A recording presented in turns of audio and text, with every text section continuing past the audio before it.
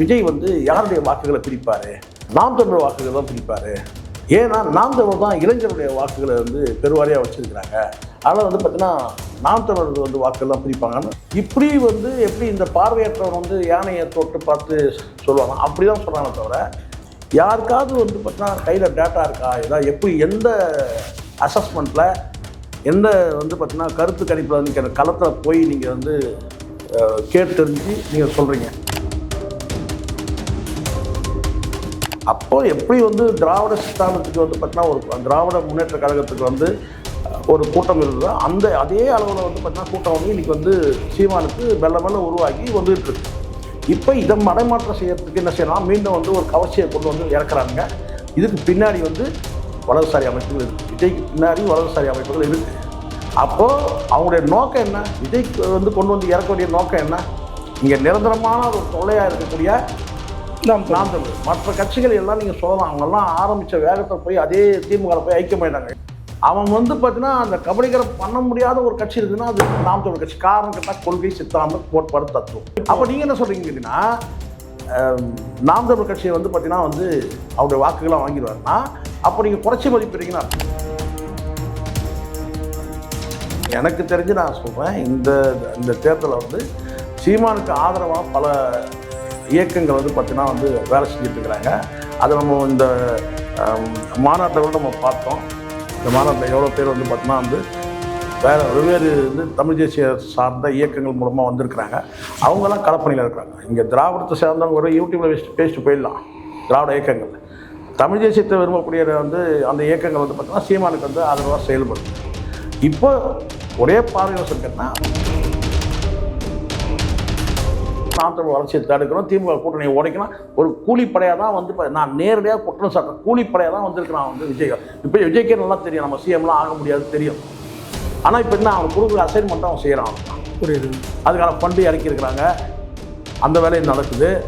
எந்த கணக்குமே இல்லாமல் எந்த புள்ளி விவரமும் இல்லாமல் இந்த 8% வாங்கி போகணும்னு சொல்லிட்டு ஒருத்தன் போடுறான், சொல்கிறான் 3% ஆகிடும், 2% ஆகிடும். சீமான் நாம் தமிழ் கட்சி பாதி ஓட்டு வந்து விஜய் வாங்கிடுவார் அப்படிதான் சில பேர் சொல்கிறாங்கல்ல. அது என்ன கணக்குன்னு கேட்குறேன் நான், என்ன புள்ளி வரும்? அதனால தான் நான் சொன்னேன் என்னன்னா, நாம் தமிழுடைய அந்த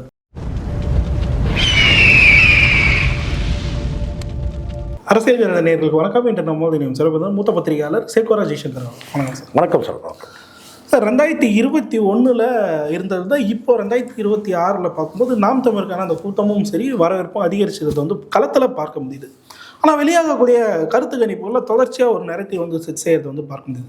2026 நாடாளுமன்ற தேர்தல் யார் பிரதமர் வேட்பாளர்னு சொல்லிட்டு அறிவிக்காமே 8.2% நாம் தமிழர் கட்சி வந்து பெற்றதை பார்க்க முடியுது.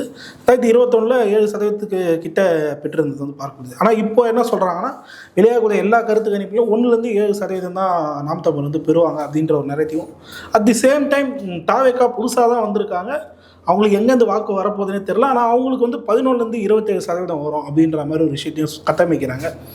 எப்படி இதை பார்க்குறீங்க, இந்த நேரத்தை செட் செய்கிறது? இல்லை, இது சாதாரண மனிதர்கள் உட்பட அரசியல் பார்வையாளர்கள், பத்திரிகையாளர்கள், தேர்தல் இந்த முடிவு கணிப்பாளர்கள், இவங்க எல்லாருமே வந்து ஒரு ஒருமித்த கருத்தாக வந்து என்ன சொல்கிறதுன்னு கேட்டிங்கன்னா வந்து விஜய் வருகையால் வந்து யாருக்கெல்லாம் வாக்கு பாதிக்கப்படும் சொல்லிட்டு ஒவ்வொருத்தரும் ஒரு கோணத்தை சொல்கிறாங்க. நான் சொல்லக்கூடிய அந்த நபர் அந்த முதல்ல ஒரு கேட்டகரி சொன்னான் இல்லையா, அரசியல் நிபுணர்கள், பத்திரிகையாளர்கள், தேர்தல் முடிவு கணிப்பாளர்கள், ஸோ இவங்க எல்லாருமே என்ன சொல்கிறேன்னா அவங்களுடைய எண்ணங்களுக்கு ஏற்ற அந்த மாதிரி வந்து என்ன சொல்லுங்கன்னா, விஜய் வந்து யாருடைய வாக்குகளை பிரிப்பார், நாம் தமிழ் வாக்குகள் தான் பிரிப்பார். ஏன்னா நாம் தமிழ் தான் இளைஞருடைய வாக்குகளை வந்து பெருவாரியாக வச்சுருக்கிறாங்க. அதனால் வந்து பார்த்திங்கன்னா நாம் தமிழர்கள் வந்து வாக்குகள் தான் பிரிப்பாங்கன்னு ஒரு பார்வை ஒன்று. இன்னொரு சில பேர் கேட்டால் இல்லைங்க, அது வந்து டிஎம்கேவுடைய வாக்குகளாக பிரிப்பாங்க. ஏன்னா நேருக்கு நேரம் அவர் சாடுறாரு விஜய், அப்போது டிஎம்கே தான் டேமேஜ் பண்ண நினைக்கிறாரு, மற்றவங்களை யாரும் டச் பண்ணவே இல்லை, அப்போ டிஎம்கேவை தான் பிரிக்கிறாரு. இன்னொரு சில பேர் கேட்டால் இல்லைங்க, டிஎம்கே நேருக்கு நேரம் வந்து அட்டாக் பண்ணுறதுனால எதிர்ப்பு ஆட்சிக்கு எதிரான வாக்குகள் வந்து ஏடிஎம்கே பக்கம் போகும், அவர் பக்கம் திரும்ப போகுது. இப்படி சில பேர் இதை தாண்டி சில பேர் கேட்டால் மைனாரிட்டி ஓட்டுகள்லாம் வந்து பிஜேபி வந்து பார்த்திங்கன்னா வந்து பிஜேபி இருக்கிறதுனால அதிமுக போகிற மைனாரிட்டி ஓட்டெலாம் வந்து இவர் வந்து இது மாதிரி திமுக பெற்றது, இவர் பெற்றது. இப்படி வந்து எப்படி இந்த பார்வையற்றவன் வந்து யானையை தொட்டு பார்த்து சொல்லுவாங்க, அப்படி தான் சொல்கிறாங்க தவிர யாருக்காவது வந்து பார்த்தீங்கன்னா கையில் டேட்டா இருக்கா, ஏதாவது எப்படி எந்த அசஸ்மெண்ட்டில் எந்த வந்து பார்த்தீங்கன்னா கருத்து கணிப்பில் நிற்கிற களத்தில் போய் நீங்கள் வந்து கேட்டு தெரிஞ்சு நீங்கள் சொல்கிறீங்க. இப்போ நான் கேட்குறேன் வந்து பார்த்தீங்கன்னா வந்து வெறும் 20 ஒரு 25% தான் வாக்குகள், இல்லை 15 25% இருக்கிற 234 கேண்டிடேட் பெற்ற வாக்குகள், நாம் தமிழ் பெற்ற வாக்குகளை மட்டும்தான் பெறுவதற்கு தான் விஜய் வந்தாரா? இல்லை, நான் என் பார்வை வந்து ரொம்ப நியாயமாக, இப்போ நான் வந்து நாம் தமிழ் தம்பிகள் வந்து என்னை பாராட்டணும் திட்டணுன்ற நோக்கெல்லாம் கிடையாது. என் கணிப்பு நான் சொல்கிறேன், இந்த இடத்துல நீங்கள் வந்து குறிப்பிட்டு நாம் தமிழ் கட்சி ஓட்டுகளை மட்டும் பிரிச்சுடுவார், அதை பிடிங்கின்னு போயிடுவார் அப்படிலாம் சொன்னீங்கன்னா அது என்ன கணக்குலன்னு சொல்கிறேன் நான். விஜயோட வருகை, விஜய் நேற்றைய தினம் ஒரு காணொலியில் ஸ்வர்ணமால்யா வந்து நேர்காணல் கொடுத்துருக்காங்க. அந்த பெண்ணுக்கு இருக்கிற அந்த நேர்மையான ஒரு பார்வையை எனக்கு நான் உள்ளபடியே நான் பாராட்டுறேன். ஒரு நேர்மையான பார்வை இருக்குது அவங்க பார்வையில். என்ன சொல்கிறாங்க, இது வந்து பார்த்திங்கன்னா வந்து இந்த விஜயோட அரசியல் வருகையே வந்து பார்த்திங்கன்னா ஒரு பிம்பத்தை கட்டமைச்சிட்டு ஒரு இன்ஸ்டண்ட்டாக வராங்க, ஒரு பிம்பத்தை பார்த்து தான் ஓட்டு போடுறதா இருக்குது அப்படின்னு வந்து சொர்ணமல்லியோட நேர்காணல் நான் பார்த்தேன். முழுக்க விஜய் வந்து ஒரு என்ன சொல்கிறேன், ஒரு கவர்ச்சியான ஒரு பிம்பத்தை மட்டுமே காட்டி அதன் மூலமாக ஓட்டை வாங்கிட்டு போயிடலான்னு நினைக்கிறாங்கன்னு சொல்லிட்டு பிரகாஷ் ராஜும் அதே தான் சொல்லுவாங்க. அது வந்து நீங்கள் சொல்கிறீங்க பாருங்கள், நான் சொல்கிறேன் கூட்டம் வரும். கடந்த காலத்தில் உங்களுக்கு தெரியும், நான் எம்ஜிஆருக்கு வந்து பார்த்திங்கன்னா வந்து வர கூட்டம் அப்படியே வந்து எந்த கவர்ச்சியும் இல்லாமல் கலைஞருக்கு வரும். கலைஞர் எழுத்தாளர், வசனகர்த்தா இதெல்லாம் ஒரு பக்கம் இருந்தால் கூட வந்து இப்போ பேச்சாற்றல் உள்ளவர் எல்லாம் இருந்தால் கூட பார்த்தீங்கன்னா எம்ஜிஆருக்கு வரக்கூடிய அதே சம அளவு கூட்டம் கலைஞருக்கு வரும், கவர்ச்சி இல்லாமல். ஆமாம். ஸோ அதனால் வந்து ஆனாலும் எம்ஜிஆருக்கு வந்து அந்த நடுவில் இருந்துகிட்டே இருந்துச்சு. அதனால தான் ஜெயலலிதாவை கூப்பிட்டு வந்தார். என்னால் வந்து பார்த்தீங்கன்னா கலைஞர் கருணாநிதிக்கு சமமாக என்னால் பிரச்சார கூட்டங்கள் போய் பங்கேற்க முடியல, வயசாகிடுச்சுன்னு சொல்லிட்டு அப்போ தான் வந்து ஜெயலலிதாவை கொள்கை பரப்புச்சாளர் போட்டு அந்த கவர்ச்சி பிம்பத்துக்காக கொண்டு வராங்க. அந்த சமூக கூட்டம் வருமே அவங்களுக்குன்னு சொல்லிட்டு. அப்போ எந்த கவர்ச்சியும் இல்லாத கூட்டம் வந்து கலைஞர் கருணாநிதிக்கு எப்படி வந்துச்சு? வசனகர்த்தாவாக இருக்கலாம், வந்து பார்த்திங்கன்னா வந்து எழுத்தாளராக இருக்கலாம். அன்றைக்கி கலைஞருக்கு எப்படி கூட்டம் வந்துச்சோ அதே கூட்டம் தான் இன்றைக்கி வந்து சீமானுக்கு வருது. காரணம் ஒரு பேச்சாற்றல் அதை தாண்டி வந்து பார்த்திங்கன்னா வந்து அறிவாற்றல், கொள்கை தத்துவம், இதுக்காக வர கூட்டம் தான். அப்போ எப்படி வந்து திராவிட சித்தாந்தத்துக்கு வந்து பார்த்திங்கன்னா ஒரு திராவிட முன்னேற்ற கழகத்துக்கு வந்து ஒரு கூட்டம் இருந்ததோ அதே அளவில் வந்து பார்த்திங்கன்னா கூட்டம் வந்து இன்றைக்கி வந்து சீமானுக்கு மெல்ல உருவாகி வந்துகிட்டு இருக்கு. இப்போ இதை மடைமாற்றம் செய்யறதுக்கு என்ன செய்யலாம், மீண்டும் வந்து ஒரு கவர்ச்சியை கொண்டு வந்து இறக்குறாங்க. இதுக்கு பின்னாடி வந்து வலதுசாரி அமைப்புகள் இருக்குது, விஜய்க்கு பின்னாடி வலதுசாரி அமைப்புகள் இருக்குது. அப்போது அவங்களுடைய நோக்கம் என்ன, விஜய்க்கு வந்து கொண்டு வந்து இறக்க வேண்டிய நோக்கம் என்ன? இங்கே நிரந்தரமான ஒரு தொல்லையாக இருக்கக்கூடிய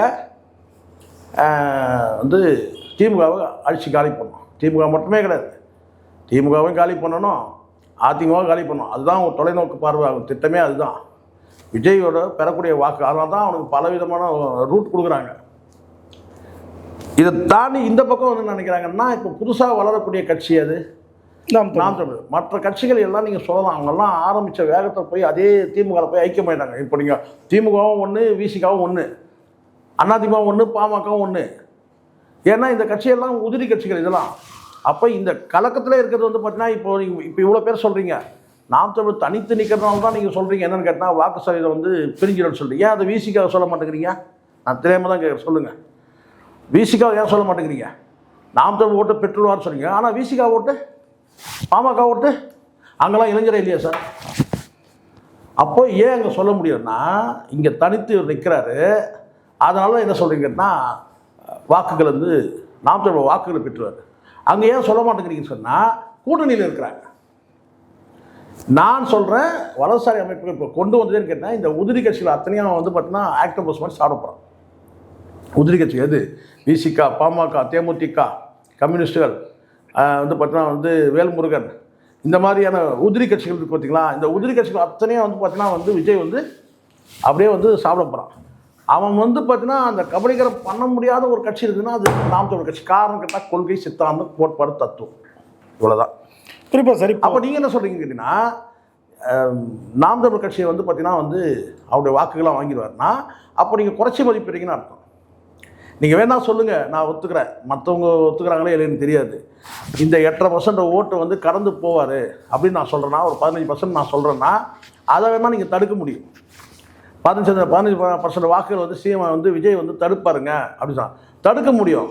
ஆனால் எந்த கணக்குமே இல்லாமல், எந்த புள்ளி விவரமும் இல்லாமல் இந்த 8% வாங்கிப்பான்னு சொல்லிட்டு ஒருத்தன் போடுறான், சொல்கிறான் 3% ஆகிடும், 2% ஆகிடும், சீமா நாம் தமிழர் கட்சி பாதி ஓட்டு வந்து விஜய் வாங்கிடுவார் அப்படிதான் சில பேர் சொல்கிறாங்கல்ல. அது என்ன கணக்குன்னு கேட்குறேன் நான், என்ன புள்ளி வரும்? புரியுது. அப்போ இதை சொல்லும் போது ஏன் விசிகா சொல்ல மாட்டேங்கிறீங்க, ஏன் பாமக சொல்ல மாட்டேங்கிறீங்க, தேமுதிக சொல்ல மாட்டேங்கிறீங்க? நான் கேட்குறது கரெக்டாக இருக்கா? மிகைப்படுத்தி பேசணுன்ற ஒரு அவசியமும் நோக்கமும் எனக்கு இல்லை. ஆனால் 8%ன்றது 8.5% ஆகுன்றேன். அது சொல்லுங்கள். 16 அப்படி ஆகிறதுக்கு வந்து முடியாது சொன்னால் நான் இப்போ கூட ஒத்துக்க மாட்டேன். ஏன்னா விஜய் வந்து இன்னும் களத்தில் வந்து பார்த்தீங்கன்னா தீவிரமான பிரச்சாரம்லாம் பண்ணவும் கிடையாது. இப்போ ஒரு நேற்று போனார், இன்றைக்கி கடலூர் ரத்து ஆகிடுச்சு, அவ்வளோதான். இன்னும் ரெண்டு கூட்டம், அவ்வளோதான். இல்லை அப்படி இருக்கும்போது அப்போ இந்த இடத்துல நீங்கள் நல்லா புரிஞ்சுக்கணும். ஏற்கனவே வந்து ஒரு சின்ன டேட்டா நான் எடுத்து வச்சுருக்கிறேன். மக்கள் நீதி மையம் எவ்வளோ வாக்கு வாங்கியிருக்கு, நாம் தமிழர் கட்சி எவ்வளோ வாக்கு வாங்கி, எப்படி பார்த்தாலும் அதுலேயே ஒரு 10,000 டிஃபர் ஆகுது. அவர் சராசரியாக ஒரு 10,000லேருந்து ஒரு 7,000 வாக்குகள் வந்து டிஃபர் ஆகுது எல்லா தொகுதியிலுமே. அப்போ இன்றைக்கி வந்து கமல் வந்து பார்த்தீங்கன்னா வந்து கடலில் போட்ட பெருங்காயம் ஆகிட்டார், முடிஞ்சிச்சு. அங்கே மக்கள் நீதி மையத்துக்கெல்லாம் ஒன்றும் ஓட்டு கிடையாது. மக்கள் நீதி மையம் எதுக்காக ஓட்டு போட்டாங்க? மாற்று அரசியலுக்காக ஓட்டு போட்டாங்க. அந்த மாற்று அரசியல் நீங்கள் இல்லைன்னா அந்த ஓட்டு வந்து பார்த்தீங்கன்னா கடந்த முறை இந்த 8.5% பார்த்தீங்கன்னா அப்பயே 11-12 ஆகிட்டு இருக்கும் கமல் நிற்கலன்னா.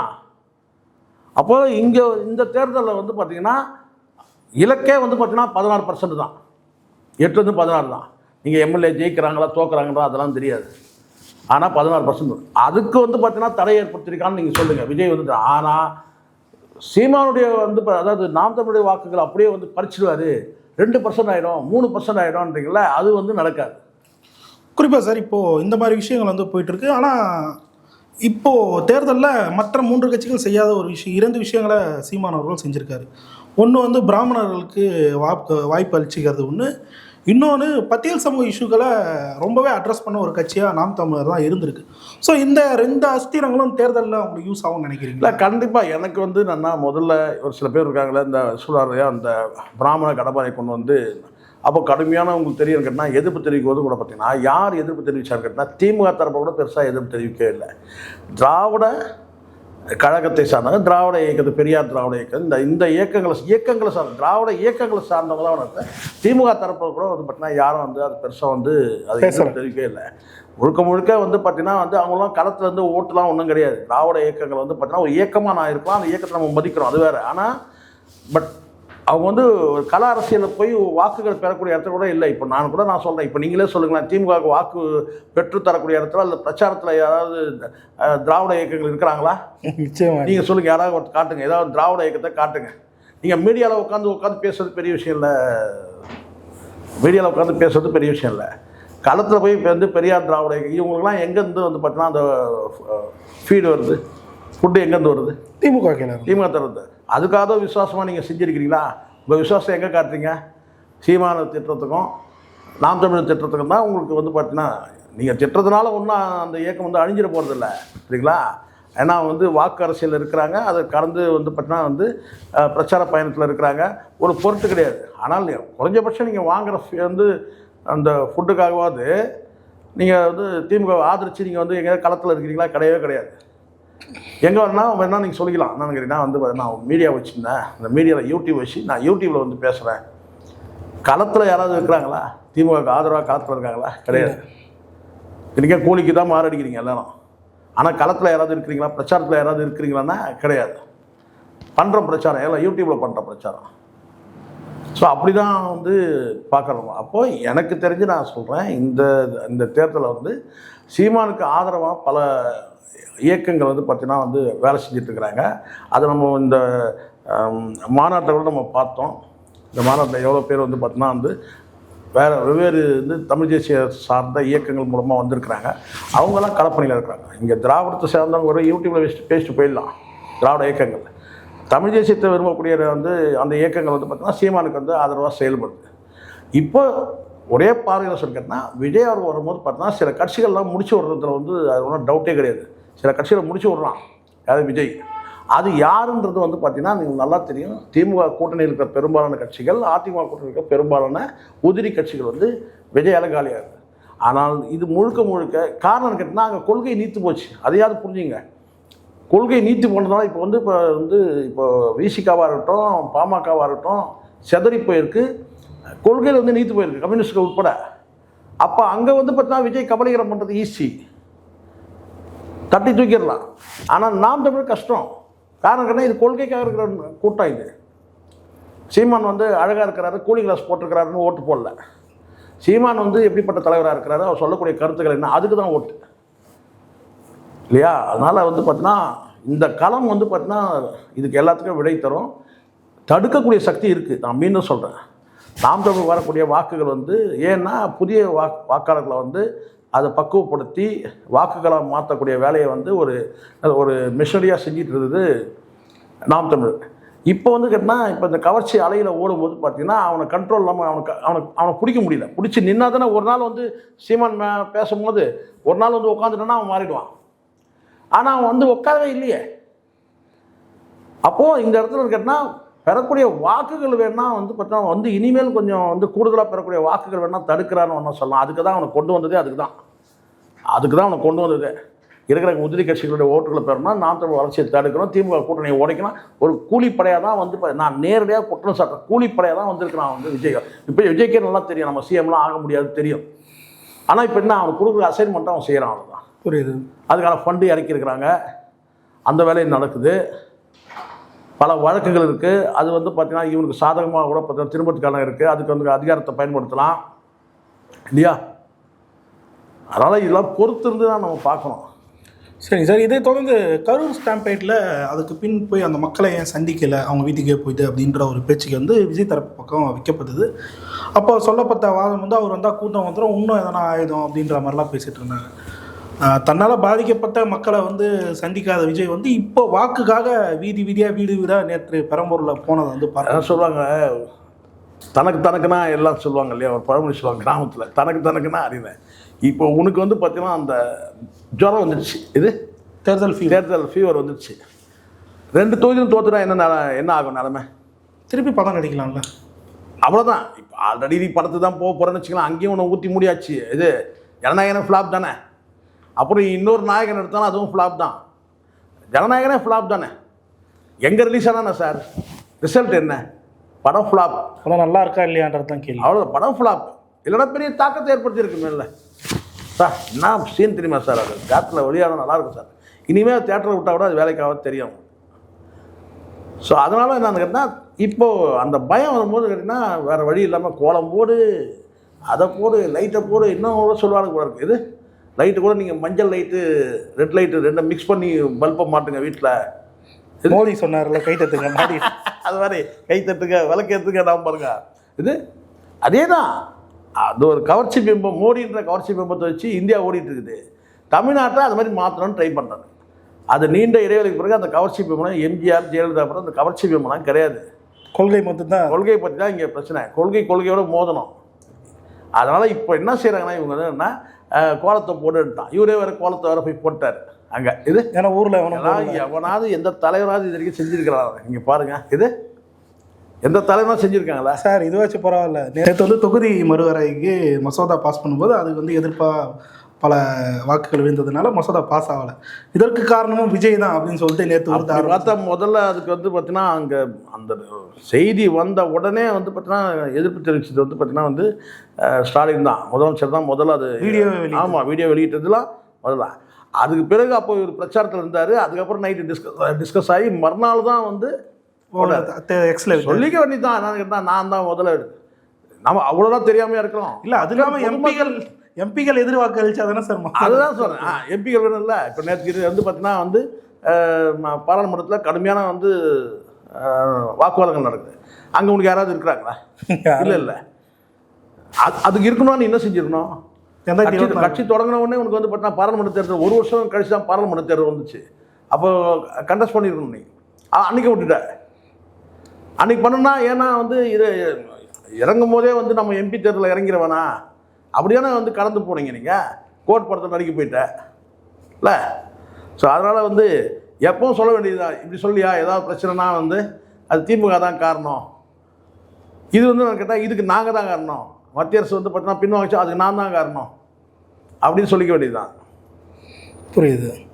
இந்த இறுதியாக ஒரே ஒரு கேள்வி தான் சார். இப்போது என்டிகே வந்து ஆடு மாடுகள் வளர்ப்பை பற்றி பேசும்போது ரொம்ப கிண்டல் அடித்த ஒரு கட்சியாக தாவேகா இருந்தாங்க. இப்போது தேர்தல் வாக்குறுதிகளில் வந்து இலவசமாக ஆடு மாடுகள் வழங்கப்படும்னு சொல்லிட்டு விஜய் அவர்கள் சொல்லியிருக்காரு. எப்படி பார்க்குறீங்க? முதல்ல வந்து தேர்தல் அறிக்கையே வந்து என்ன சொல்கிறீங்களா, 2 திராவிட கட்சிகள் வந்து பார்த்திங்கன்னா அப்படியே வந்து காப்பியாக தான் இருக்குது.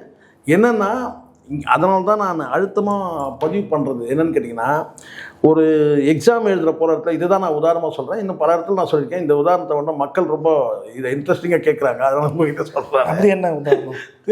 இப்போ எக்ஸாம் எழுதுகிற போது, பிள்ளைகள் எக்ஸாம் எழுதும் போது காப்பி அடிக்கிற பையன் என்ன செய்வான்? காப்பி அடிக்கிற இந்த பக்கம் அந்த பக்கம் இந்த பக்கம் பார்த்து டைமை வேஸ்ட் பண்ணினே இருப்பான். நல்லா படித்த வந்து என்ன செய்யணும், கடற்கடன்னு எழுதிட்டு என்ன செய்வான், நேராக எடுத்து போயிட்டு இன்விஜிலேட்டர்கிட்ட எடுத்து போயிட்டு பின் பண்ணி நாட்டு போட்டு எடுத்து போய் பேப்பர் கொடுத்துட்டு வெளியேறிடும். 1.5 மணி நேரத்தில் எழுதுவான். 2 மணி நேரம் 2.5 மணி நேரம் எக்ஸாம் டைம் இருக்குது. ஆனால் அவனுக்கு எல்லாம் தெரியும் ஆன்சர், கடற்கடன்னு எழுதி கொடுத்துட்டு போயிடுவான். ஆனால் மக்கு மட்டும் என்ன செய்வான்னு கேட்டிங்கன்னா வந்து பார்த்தீங்கன்னா இந்த பக்கம் அந்த பக்கம் முன்னாடி சீண்டி இப்படி பார்த்து லாஸ்ட்டாக தான் இருக்கும், கடைசியாக கொண்டு போய் கொடுப்பான். அப்புறமா அப்பா ஒரு இவ்வளோ நேரமாக எழுதியிருக்கிறாருங்க, 2.5 மணி நேரம் மேடம், இன்னும் ஒரு 5 நிமிஷம் டைம் வேணும் மேடம், டைம் அந்த மாதிரி இருக்குப்பா, பயங்கரமாக எழுதியிருக்காரு. என்னன்னு கேட்டேன், என்ன மச்சான் இவ்வளோ நேரமாக எக்ஸாம் எழுதுனா? மச்சான் ரொம்ப ஃபுல்லாக எழுதி தள்ளிட்டார். ஆனால் மக்கு ஒன்றுமே எழுதியிருக்காதாங்க. இவங்ககிட்ட கொஞ்சம் காப்பி, அவங்ககிட்ட கொஞ்சம் காப்பி. அந்த மாதிரி தான் தேர்தல் அறிக்கையில் முதல்ல வந்து பார்த்தீங்கன்னா என்டிகே வெளியிட்டாங்க. அதுக்கப்புறம் திமுக தரப்பில், அதுக்கப்புறம் அதிமுக தரப்பில், ஏன் பாமக தரப்பில் கூட வெளியிட்டேன். எல்லாரும் வெளியிட்ட பிறகு கடைசியாக நீ வெளியிடுற. அப்போ அதில் தெரியல இப்போ எப்படி இதை ரெடி பண்ணியிருப்பாங்க நீங்கள் நினைக்கிறீங்க? இங்கே வந்து நாம் தமிழர், இங்கே திமுக, அங்கே அதிமுக, இங்கே வந்து பார்த்தீங்கன்னா வந்து பாமக, இந்த தேர்தல் அறிக்கையெல்லாம் எடுத்து போட்டு நடுவில் பிஜேபி வந்து அதையும் கொஞ்சம் போடு, இது எல்லாத்தையும் போட்டு இதிலேருந்து கொஞ்சம் அதுலேருந்து கொஞ்சம் எல்லாத்தையும் எடுத்து போட்டு எல்லாத்தையும் கலந்து இது அப்படி கலக்கி மொத்தமாக எடுத்து போய் அப்படி தான் வந்திருக்கு. இவன் அறிக்கை வெளியிடாமே இருந்திருக்கலாம். அந்த அண்ணன் சீரு, நொன்ன சீரு, அப்புறம் வந்து என்ன தாய்க்கு தங்கம், தாலிக்கு தங்கம் எல்லாம் வந்து திமுக அரசு அதிமுக அரசு ஏற்கனவே செய்யறதான். இங்கே இலவசன்றது வந்து பார்த்திங்கன்னா நல்லா தெரியும், முழுக்க முழுக்க அது வந்து ஒரு கௌரவமான பிச்சைன்னு தான் சொல்லணும். இலவசம் வந்து ஒரு கௌரவமான பிச்சை. அப்போ இது அப்போ அவங்க 2000, இவங்க 2000, நீ 500 கூட போடுற. என்ன டிஃபரன்ஸ் இருக்குது, என்ன மாற்றம் இருக்குது? அது மொத்தம் கடைசி வரைக்கும் நீங்கள் பிச்சைக்காரனை தான் வச்சுருக்க போகிறீங்க மக்களை, அப்படிதானே? இலவசன்றது வந்து நல்லா புரிஞ்சுக்கணும், நம்ம கொச்சப்படுறதுக்கு தயாராக இல்லை. இலவசன்றது ஒரு லிமிட்டோடு இருக்கிற வரைக்கும் தான் அதுக்கு ஒரு மரியாதை. எதுவுமே லிமிட்டாக இருக்கணும். திடீர்னு ஒரு வெள்ளம் வந்துருச்சுங்க, ஒரே வந்து கட்டுப்பாடெல்லாம் போச்சுங்க, வீட்டில் சமைக்க முடியல, தண்ணி உள்ளே வந்துச்சுங்க, அதெல்லாம் அன்றைக்கி ஒரு 1000 ரூபா கொடுத்தாங்கன்னா அது கரெக்ட், நிவாரணம் சார், அது பேர் நிவாரணம், இலவசம் கிடையாது. நிவாரணம் என்பது வேறு. இப்போ எல்லாம் குழப்பினாங்க, இலவசம் வேறு நிவாரணன்றது எல்லாத்தையும் மிக்ஸ் பண்ணிட்டாங்க. இப்போ நிவாரணத்து ஒரு ரிலீஃப் அவங்களுக்கு. இன்றைக்கி டேட்டுக்கு வந்து பார்த்தீங்கன்னா அவங்க கையில் வந்து வருமானம் இல்லைங்க, டியூட்டிக்கு போக முடியல, மழையாயிடுச்சு, வெள்ளமாயிடுச்சு, ஒரு 1000 ரூபா கொடுத்தீங்கன்னா அது பரவாயில்ல. இப்போ என்ன வச்சுருக்கேன்னா அந்த 500 ரூபாய்க்கு ஆரம்பித்த கதை இப்போ இலவசம் கொடுத்தா தான் வந்து அரசு நல்ல அரசுன்ற மாதிரி அப்படி கொண்டு வந்துட்டாங்க. நீங்கள் 2000ன்னா அவங்க 2000, இவங்க 2000னா இவங்க 2500, எல்லாமே அமௌண்ட்டு. இதுக்கு 8 லட்சம் வீடு கட்டி கொடுத்துருவாங்க. சரிடா, இதுக்கெல்லாம் பணம் எங்கேருந்து வரும்? நிதி ஆதாரம் வேணும் இல்லை? இப்போ நாம் தமிழ் சொல்கிறாங்கல்ல, நிதி ஆதாரத்தை எப்படி வந்து பெருக்குன்றதுக்கு அதுலேயே சொல்யூஷன் இருக்குது. ஒரு ஸ்கீம் கொண்டு வராங்க, அதுக்கு பணம் குறையுதுன்னா அதுக்கு வந்து எப்படி ஃபண்டு எப்படி கிரியேட் ஆகுது, அது அவங்ககிட்ட திட்டம் இருக்குது. உங்ககிட்ட ஏதாவது இருக்கா? எந்த திட்டமும் கிடையாது. டாஸ்மாக் போதையை ஒழிச்சிடுவேன்ற, டாஸ்மாக் மூடுவியா இல்லையா? போதை ஒழினா டாஸ்மாக் மூடல சார். சரிம்மா, ஏதாவது சொல்லியிருக்கேன், நீ டாஸ்மாக் மூட போகிறேன்னு சொல்லியிருக்கியா? ஓட் போட மாட்டாங்க, புரியுதுல? இப்போ அதுக்கு கூட தைரியம் இல்லை உனக்கு. டாஸ்மாக மூடன்னு சொல்ல பார்ப்போம், ஓட்டு போட மாட்டாங்க. அப்போ போதை எப்படி ஒழிப்பேன்? டாஸ்மாக திறந்து வச்சு போதை ஒழிப்பியா? நாடாரு. இப்போ புரியுதுங்களா? இது வேலைக்காகாத உப்பு சப்பு இல்லாத ஒரு பட்ஜெட்டு. அதுக்கு திமுக பட்ஜெட்டை படிச்சுட்டு போயிடலாம், வந்து பெட்டராக இருக்கும். அதிமுக பட்ஜெட் பெட்டராக படிச்சுட்டு போயிடலாம். பாமக வந்து அது பெட்டராக இருக்கும். அதனால தான் நான் சொன்னேன் என்னன்னா, நாம் தமிழருடைய அந்த வரைவு அறிக்கை வந்து நான் தான் சொன்னேன், அதையும் காப்பி அடிச்சாங்க. இதை மட்டும் காப்பி அடிச்சா நீங்கள் நினைக்காதீங்க எதை மட்டும் காப்பி அடிச்சிட்டாங்கன்ட்டு. தேர்தல் வரைவு அறிக்கை மட்டும் காப்பி அடிக்கல, நான் அது சம்மந்தமாக சொல்லியிருந்தேன். நாம் தமிழ் வரைவு அறிக்கை வந்து ஒரு பைபிள் மாதிரி, ஒரு குர்ஆன் மாதிரி. எப்படி இஸ்லாமியருக்கு வந்து பார்த்தீங்கன்னா ஒரு குர்ஆன் வந்து கிறிஸ்தவருக்கு எப்படி பைபிளோ, எப்படி வந்து இந்துக்களுக்கு கீதையோ, இங்கே தான் நம்மக்கிட்ட தான் பேசணும்னு நினைக்கிறேன். அது மாதிரி அது வந்து பார்த்தீங்கன்னா வந்து தமிழ் தேசியத்தோட ஒரு பைபிள், ஒரு குர்ஆன், ஒரு கீதைன்னு சொல்லுவேன். இது அப்படியே ராஜ்மோகன் தான் சொல்கிறான், அன்பான மக்களே இது வந்து நீங்கள் வந்து ஒரு பைபிள் மாதிரி, குர்ஆன் மாதிரி அப்படியே வச்சுருங்க. ஏண்டா எதுக்கு எதை ஒப்பிடுறது? இலவச திட்டங்களை போட்டு வந்து பசங்களை வந்து மக்களை வந்து அடிமையாக்குறான், இளைஞரை கெடுத்து குட்டிச்சவராக்குறான் தெரியுது. ஆனால் வந்து என்ன சொல்கிறாங்க கேட்டால், இது வந்து பைபிள், இது குர்ஆனு, கீதை, இதை வந்து பத்திரப்படுத்துங்க. இதை கூட சொந்தமாக சொல்ல தோணலை. இதுவும் நம்மகிட்ட காப்பி அடிச்சுட்டு தான். வரைவு அறிக்கை மட்டும் காப்பி இல்லை, அது சம்மந்தமாக பேசுகிற மேடை பேச்சு கூட வந்து காப்பி தான். பலர்களுக்கு தெளிவாக நன்றி. நன்றி.